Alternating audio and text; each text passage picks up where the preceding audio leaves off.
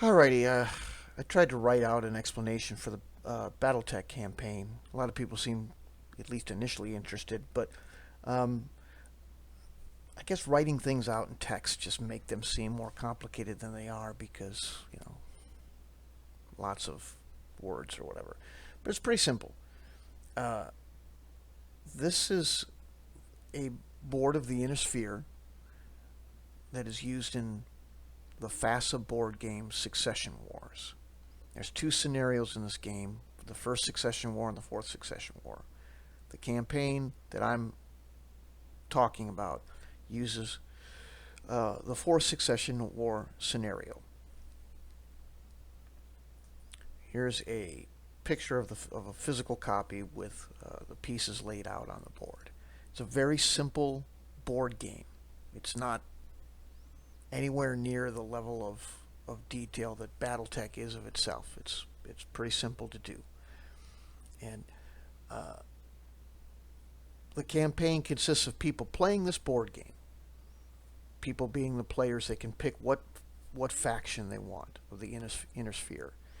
Uh, you're not obligated to all pick the same faction, though it's an option should you all want to team up and play against the staff opposing forces. Staff opposing forces aren't in it for an ego, aren't in it for anything other than to facilitate a fun and challenging game uh, for the players.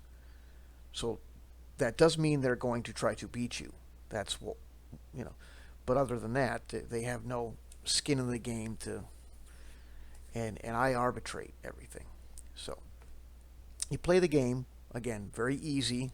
We can show you how to play that in 15 minutes, but for now we'll get past the details of the board game and just get to the point where do you play Battletech? Well, the combat in this game is a mere shake of the die to resolve.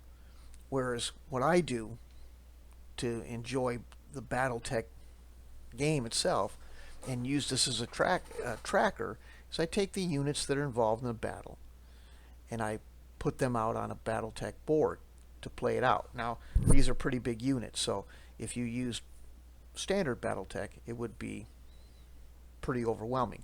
So that's why they have the Battle Force 2 rules, which are large-scale war game type uh, version. Not the biggest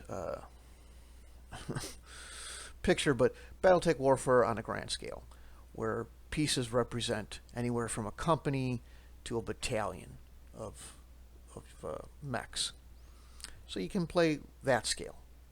And each one of these spaces, they really represent a system or conglomerate of planets, but to keep this thing manageable, they'll just be one planet represented.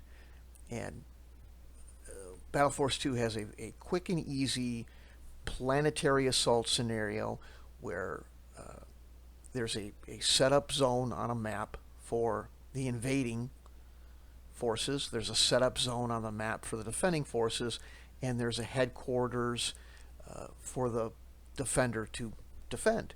If they if the advancing or assaulting force takes over that headquarters and holds it for, uh, I believe it's 2 turns, then that's it. They've conquered the planet and they win.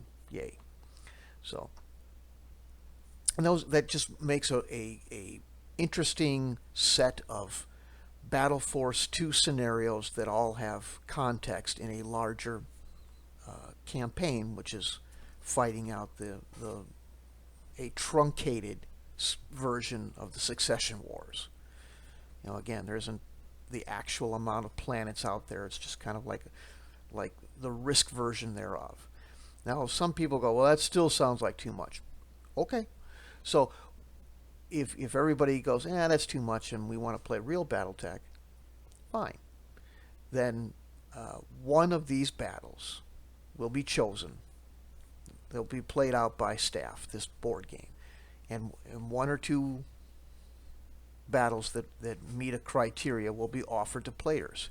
Say, would you like to fight over this planet with these factions, or so there'll be one probably from each faction versus one another. Anyway, kind of a menu to select from, and the players can choose that one, and then we'll play a Battletech campaign where everybody controls just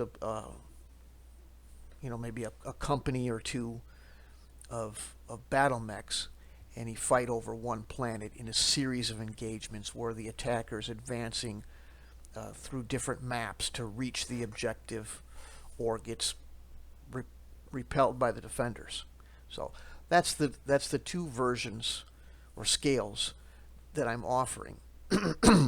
Should enough people get involved, which unfortunately is unlikely, and enough, I mean, double digits, there is the possibility of doing both concurrently, where some people are commanding large forces, and those large forces are in detail being run by other players. But that's more of a convention thing than an online thing, but we'll try it. And shit.